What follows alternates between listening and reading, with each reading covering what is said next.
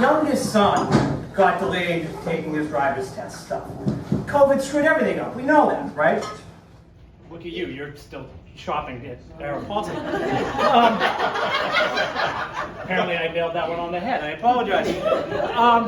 But so he asked me one day, he said, Dad, look, I really need to get out. I need to get some driving time. Can you please take me out? Fine. Not a problem. Trying to be a good dad. I figured he's going to driver's ed. No one's called yet and said, by the way, can we have your insurance information? There's a little bit of a dent in the back of the car. I'm like, all right, fine. So I go to pick him up. Now, mind you, he's 18. He comes out of the house, and what I see is 8-year-old Ethan with his matchboxes. I know this could be my day to die. Okay. The car's somewhat safe, I think. So I get around the back, and as I get in, he sits down and he puts the key in the ignition, and I'm like, nothing feels right. The seatbelt is going the wrong way. This is not my view. Like, where's that brake my mom had in her car when she taught me how to... It's not here! It was in her car. This was supposed to be standard. I've never sat on this side of my car.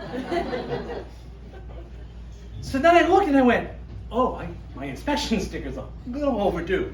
Well, I am an asshole, so all right, fine. Here we go.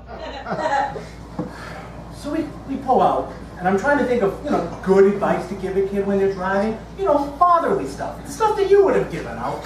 And the only thing that came to my head was like, just pay attention. Don't worry about it. And then he goes, well, what about that squirrel? It's a squirrel. It'll move. They always move. We're getting closer. Do not swerve. Do not brake. Well, what we now heard was, oh, is this even on? We heard boom, boom, boom, boom, boom, boom. Dad, what was that? For those of you who don't understand the physics of hitting a squirrel, it's like a basketball from the ground to the under part of the car. It makes a very distinct sound. You could actually feel it in the floorboard, and I was like, well, good parenting again.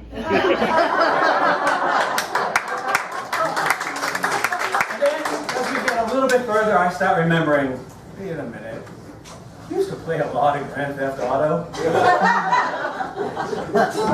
you're not familiar with this game, essentially you steal a car, get in a fight with the police, pick up prostitutes, crash the car, and then do this all over again.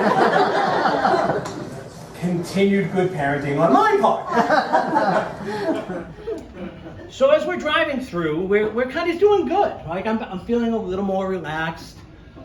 My heart rate's dropping. I'm like, okay, breathe. So then as we're going through, he's got to do that merge from the right lane to the left because it changes up. So that if it happens to all of us. So he starts to accelerate because he can feel the car behind us closing in to take that space. And I'm like, dude, that was a Massachusetts State Trooper. I'm a little proud, to be honest.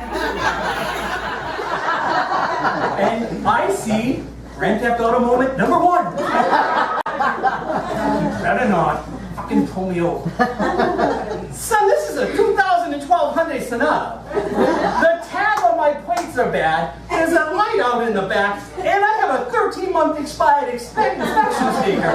He's got reasons. So after about a 3-mile hot pursuit through the streets of Braintree, the trooper gives up and he just kind of pulls off, and I see him relax. And I'm like, okay, good, now that we've survived that Grand Theft Auto moment, can you pull over to this 7-Eleven so I can go rob it? And I feel like I'm supposed to slap a hoe at this point. But it's Braintree, so you guys know Braintree. It's basically soccer moms who only get frisky after a Kenny Chesney concert and a bottle of wine. So this isn't happening. So then I said, screw it, just get on the highway. Let's get you some speed. Let's see you really drive a car at the speed limit. And he's okay, he's ready. And he goes. And he's got directionals on. And he's fucking courteous. Fucking pussy. I mean, I love him. He's courteous. It's good, but... All right. So as we get up onto the highway, all of a sudden, this car comes out of nowhere. And I'm like, oh, this is how I die. And he cuts us off. And then Grand Theft Auto moment number 2 starts.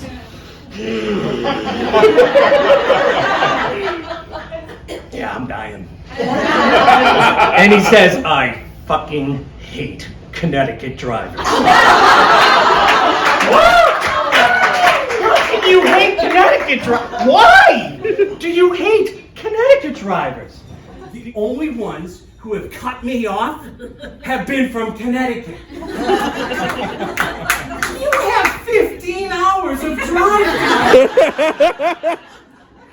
Where did your driving ed teacher take you? To Foxwoods for the slots and bingo? What the hell did I pay for? Again, good parenting. Not really.